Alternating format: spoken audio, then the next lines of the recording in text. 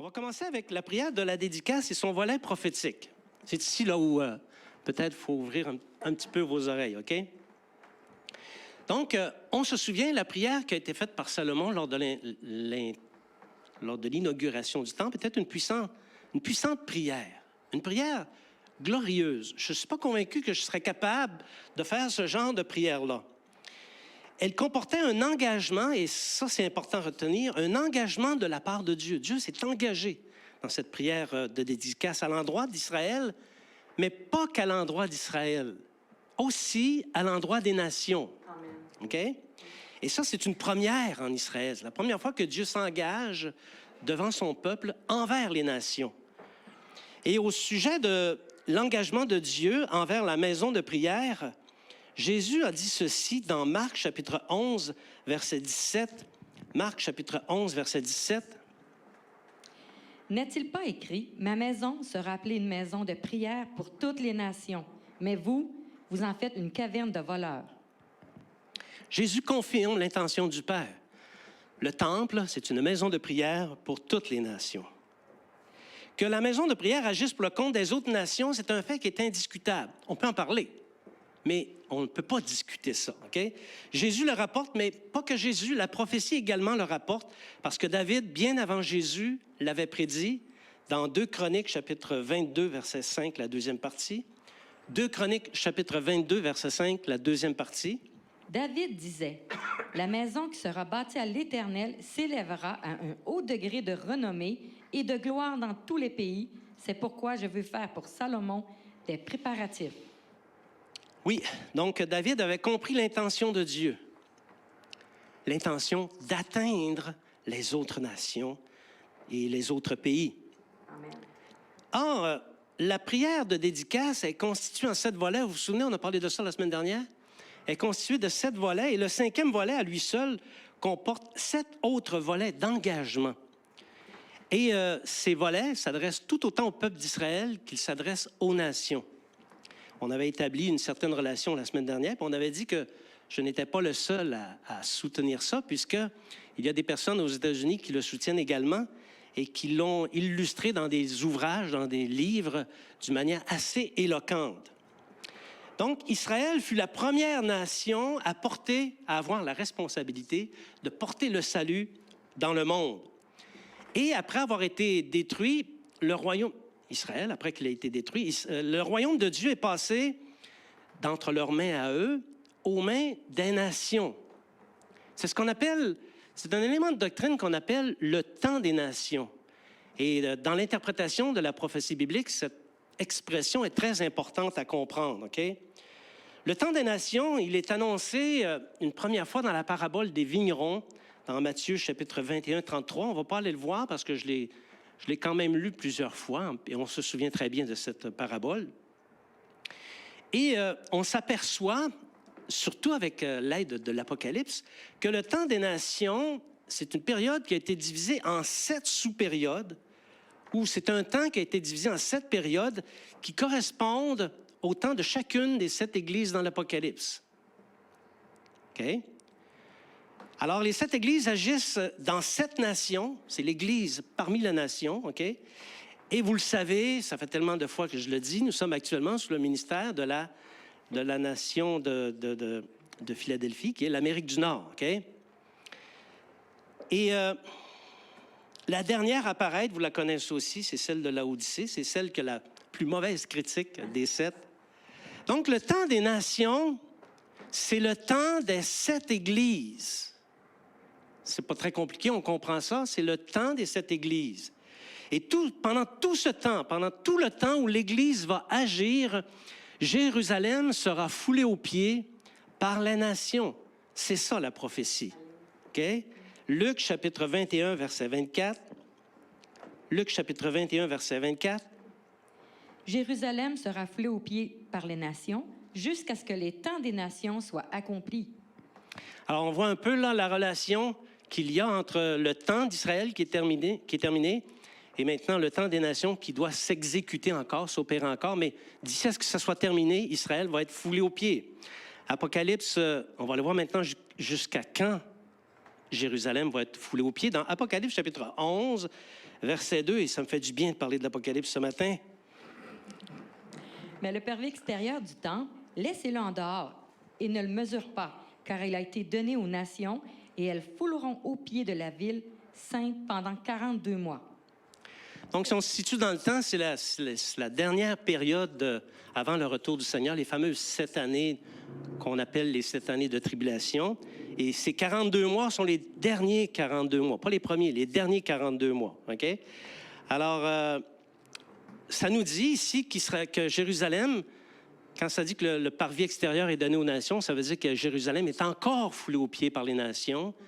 Ça veut dire que le temps des nations va prendre fin après les 42 mois. OK? Alors, ces passages démontrent que si le ministère de l'Arche de l'Alliance opérait autrefois, OK, il va opérer encore en Israël dans les derniers jours. Oui, parce que s'il y a un temple, forcément, il doit y avoir une arche à l'intérieur, l'Arche de l'Alliance. Et comme ça nous dit que le temple va être laissé aux nations jusqu'à la fin des 42 mois, ça veut dire que le culte va durer jusqu'à cette période-là. Donc, ça met une chose en évidence. Ça met que Israël, de même que les nations du monde, connaîtront l'apogée du ministère de l'Arche à l'expiration de cette longue période de temps. Tout va être révolu quand cette période de temps va être terminée. Et cette période de temps, on peut maintenant mieux la comprendre. Elle va, à tout le moins, depuis la destruction de Jérusalem en 70 après Jésus-Christ. Bon, les pointilleux pourraient discuter ce point de départ. On pourrait le faire remonter jusqu'à Antioche de Syrie. Mais on ne va pas discuter ça ce matin. On va donner un point de repère quand même assez facile à retrouver. Jérusalem a été détruit, donc ils ont perdu le royaume. On peut dire que le royaume est passé entre les mains des nations à partir de 70 après Jésus-Christ jusqu'à la fin de la grande période de détresse. Et maintenant, vous connaissez toutes ces appellations. Grande période de détresse dont on nous dit ici qu'elle dure 42 mois, ou encore un équivalent 1260 jours, ou encore un autre équivalent 3 ans et demi, ou encore un autre équivalent un temps, des temps, La moitié d'un temps. et la moitié d'un temps, qui sont toutes des façons de dire la même chose. C'est comme si le Seigneur voulait mêler ceux qui ne le connaissent pas. Mais une fois que tu as compris le truc, c'est plus facile à comprendre la prophétie. Donc, ces événements qu'on vient de discuter sont portés également par une autre prophétie. Elle se trouve dans Daniel, chapitre 9, verset 24. Daniel, chapitre 9, verset 24. 70 semaines ont été fixées sur ton peuple et sur ta ville sainte pour faire cesser les transgressions et mettre fin au péché, pour expier l'iniquité et amener la justice éternelle, pour sceller la vision et le prophète et pour oindre le saint des saints. Merci. Donc, 70 semaines qui sont, on le sait, 70 semaines d'année, ça donne un total de 490 ans, OK, qui ont été fixés afin de réaliser 7 objectifs. Êtes-vous surpris que le Seigneur procède par le nombre 7 pour fixer ses objectifs? Moi, je ne suis pas surpris, parce que 7 est le nombre de Dieu. La première, faire cesser les transgressions. La deuxième, mettre fin au péché. La troisième, expier l'iniquité. La quatrième, amener la justice éternelle. La cinquième, sceller la vision. La sixième, sceller le prophète. Et la septième, oindre le saint des saints. Et lui, on le connaît. C'est lorsque Christ va apparaître sur la terre, il va être fait roi, il va établir son règne, son royaume. Alléluia. Donc, ce n'est qu'à la fin de cette longue période de brisement, parce que ces années sont des années de brisement pour Israël, c'est seulement qu'à la fin de cette période que Christ apparaîtra pour établir son règne. Amen. C'est ce que nous enseigne Daniel au chapitre 16 et au verset 6, 7. Daniel, chapitre 12, pardon. Chapitre 12, versets 6 à 7. Quand sera la fin de ces prodiges? Et j'entendis l'homme vêtu de lin qui se tenait au-dessus des eaux du fleuve. Il leva vers les cieux sa main droite et sa main gauche, et il jura par celui qui vit éternellement que ce sera dans un temps, des temps, la moitié d'un temps, et que toutes ces choses finiront quand la force du peuple saint sera entièrement brisée. Le peuple saint étant Israël, et vous reconnaissez maintenant un temps, des temps, la moitié des temps, qui correspond à 3 ans et demi. 3 ans et demi. 3 ans et demi. Un temps, des temps, la moitié d'un temps, c'est? 3 ans et demi. 3 ans et demi, merci. Alors, Israël a terminé son mandat. Maintenant, c'est le temps des nations. Et lorsque tout ça va être terminé, les 490 années qui servent à briser la force du peuple saint vont être terminées et Christ va établir son règne. Pas trop compliqué? Non. Assez facile à comprendre? Oui. Est-ce que vous trouvez qu'il est surprenant que la prière de dédicace comporte 49 éléments d'engagement de la part de Dieu qui appellent à la fidélité d'Israël, mais aussi qui appellent à la fidélité des nations? Parce que les nations qui ont la responsabilité de porter le salut doivent se montrer fidèles. Philadelphie doit se montrer fidèle. Parce que si elle peut avoir accès aux bénédictions à cause de sa fidélité, elle peut aussi avoir accès aux malédictions si elle est infidèle. C'est ça la prière, l'engagement de Dieu lors de la prière de la dédicace. Est-ce que c'est possible que Dieu ait utilisé cette prière pour mesurer la fidélité de son peuple de toutes les générations, autant Israël que les 7 nations jusqu'au jour de l'apparition de Jésus? Est-ce que c'est possible qu'il ait utilisé cette prière de dédicace à 49 éléments pour fixer les paramètres du jugement devant amener la justice dans le monde et qu'il ait fixé à 10 ans par élément de prière? 10 ans de temps, une période de 10 ans par élément de prière, ce qui donnerait 490 ans pour amener la justice éternelle. Est-ce que ça se pourrait que la prière de Salomon culmine, si c'est le cas, à un jubilé de décennie? Wow. Parce que le rétablissement du Seigneur Jésus correspond à la fête du jubilé. Les 490 ans, lorsqu'ils vont être terminés, ça va être une décennie de jubilé qui va être en avant. Vous vous souvenez qu'est-ce que c'est le jubilé?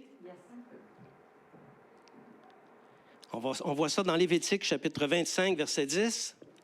Jubilé, c'est pas quand on est hyper content. OK? Oui, quand on est hyper content, on peut dire on jubile. Je jubile et je ris, hein, dit la chanson. Mais le jubilé, c'est avant toute chose, une fête juive, une fête d'une extrême importance en Israël. Donc, Lévitique, chapitre 25, verset 10. Et vous sanctifierez la 50e année, vous publierez la liberté dans le pays pour tous ses habitants. Ce sera pour vous le jubilé. Amen. Les esclaves étaient libérés. Amen. Le fardeau des dettes disparaissait. C'était comme une remise à zéro, un formatage complet de la société. Amen. Est-ce que c'est étonnant que Dieu fasse culminer le temps pour épurer le peuple d'Israël et les nations à 490 ans et qu'après on a une 50e année? Une décennie d'années qui parle du jubilé. Est-ce que c'est surprenant? Non, ce n'est pas surprenant. Ça fait partie des perfections de notre Dieu.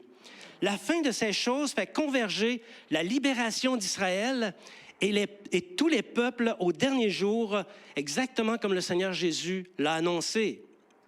Et lorsque ce temps, ces 490 ans, vont être terminés, que le jubilé va commencer, en ce jour, Jésus apparaîtra au-dessus des nuées dans le ciel avec une grande gloire. Amen. C'est le dernier jour. Et ce jour-là, il rassemblera tous les élus des 4 coins de la terre et des 4 coins des cieux.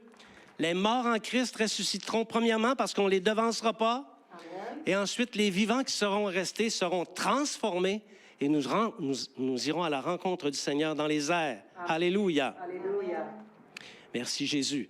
Ce sera un jour de délivrance universelle. Fini les dettes. Fini l'esclavage. Fini d'être redevable à monsieur, madame, tout le monde.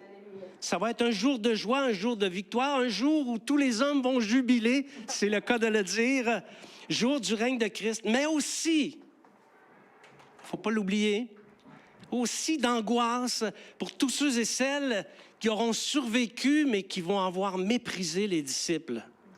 Jour d'angoisse. Regardez ça dans Matthieu, chapitre 25, versets 41 à 46. Ensuite, il dira à ceux qui seront à sa gauche, « Retirez-vous de moi, maudits, allez dans le feu éternel qui a été préparé pour le diable et pour ses anges. Car j'ai eu faim et vous ne m'avez pas donné à manger.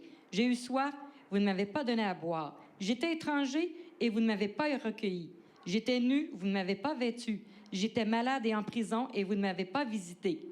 Ils répondront aussi, Seigneur, quand avons-nous vu ayant faim ou ayant soif, ou étranger, ou nu, ou malade, ou en prison, et ne t'avons-nous pas assisté?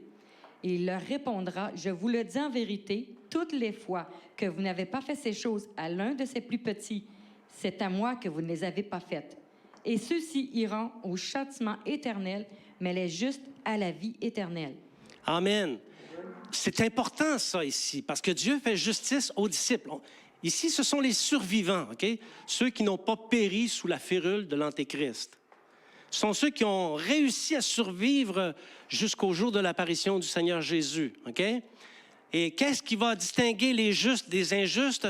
Ceux qui vont avoir fait miséricorde envers les disciples, qui, on se souvient, auront été persécutés pendant plus de 3 ans et demi, décret de perdition où l'Antéchrist va faire la guerre aux disciples et va les mettre à mort. Une multitude innombrable va mourir. Mais ceux qui, au travers de ça, auront fait miséricorde en donnant ne serait-ce qu'un verre d'eau, vont hériter pas nouveaux cieux, nouvelle terre, mais vont hériter du royaume de Dieu. Alléluia, lorsque Christ va s'installer. Donc, depuis le début de la grande détresse, c'est au milieu de la fameuse dernière semaine d'année, OK? Depuis le début de la grande détresse jusqu'à la purification du temple, parce que l'Antéchrist va souiller le temple, mais il va avoir un moment où il va être purifié, le temple. La Bible nous dit qu'il va y avoir 1150 jours. 1150 jours. Depuis le début de la grande détresse jusqu'à la fin de la grande détresse, il y a 1260 jours. Sauf que Daniel dit, heureux celui qui patientera et qui attendra jusqu'à 1335 jours. Donc, depuis la fin de la grande détresse jusqu'à l'établissement du règne de Christ, il va y avoir encore 45 jours qui doivent s'écouler pour donner le compte de 1335. Donc, la grande détresse est terminée. Il reste encore 45 jours. De ces 45 jours-là, on sait qu'il y en a 30 qui sont fixés pour la grande noce dans le ciel. Alléluia. Grande noce de l'agneau, où on va se réjouir dans la présence de Jésus dans le ciel et on va manger des mets succulents, moelleux, des vins qui vieillis, comment? Des vins clarifiés, des vins qui ont vieilli. Et on va se réjouir dans la présence de Dieu pendant 30 jours. Mais il reste encore 15 jours. Et ce 15 jours, je vous soumets que c'est le temps qui est nécessaire à Christ pour séparer les injustes des fidèles. Ça va prendre 15 jours au Seigneur pour accomplir le passage que Mimi vient de lire. Alléluia. Pour éliminer les pécheurs. Parce que lorsque Christ va établir son règne, il n'y aura plus de pécheurs sur la terre. Ça va être terminé, jubilé, jour de justice, jour de gloire. Amen. Alléluia. Donc, on peut voir qu'il y a une intime relation entre la prière de la dédicace faite lors de l'installation de l'Arche de l'Alliance dans le temple et les événements de la fin. Ça commence à être drôlement intéressant, vous ne trouvez pas? En tout cas, moi, je trouve que c'est intéressant. Peut-être que je suis le seul qui trouve ça intéressant, là. OK, on va lâcher la prophétie. On va revenir à des considérations plus terre à terre.